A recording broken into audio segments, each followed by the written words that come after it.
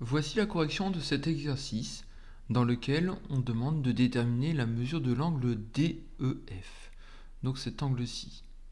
Alors j'ai un problème, c'est que dans ce triangle DEF, je ne connais que 3 longueurs, je ne connais pas d'angle et il n'est pas marqué que c'est un triangle rectangle, donc impossible d'utiliser le cosinus.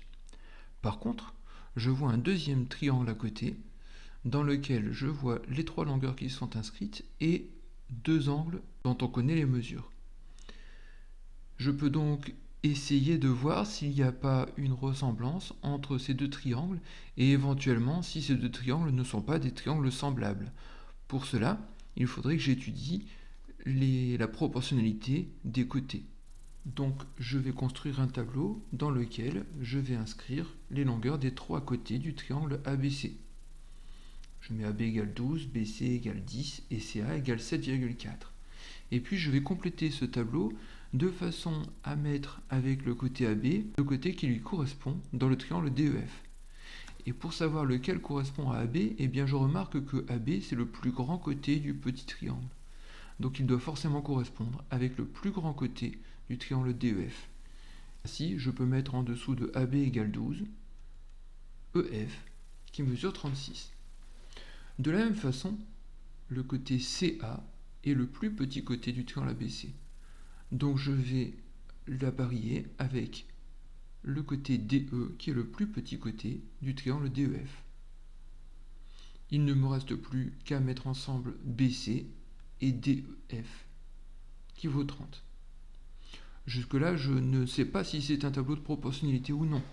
Pour savoir s'il y a proportionnalité, il faudrait que je calcule le quotient de 36 par 12, le quotient de 30 par 10 et le quotient de 22,2 par 7,4 pour savoir si on a bien multiplié par le même nombre pour passer de la ligne du haut à la ligne du bas. Quand j'effectue ces calculs, je remarque que ces 3 quotients sont égaux, et ils sont égaux au nombre 3. Je peux donc en conclure que les côtés des deux triangles sont proportionnels. Et donc, les côtés étant proportionnels, je peux dire que ce sont des triangles semblables et dire que les angles sont 2 à 2 de même mesure. J'en déduis donc un résultat intermédiaire qui va m'intéresser beaucoup, qui dit que l'angle DEF, c'est le même que l'angle CAB. Ils ont la même mesure. Il me reste encore à déterminer la mesure de l'angle CAB, mais pour ça, il n'y a pas de problème, puisque je connais la mesure des deux autres angles.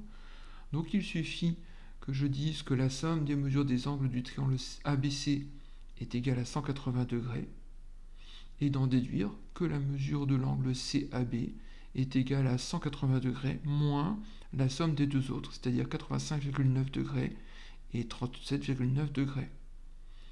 Cette somme étant égale à 123,8, je peux en déduire la mesure de l'angle CAB.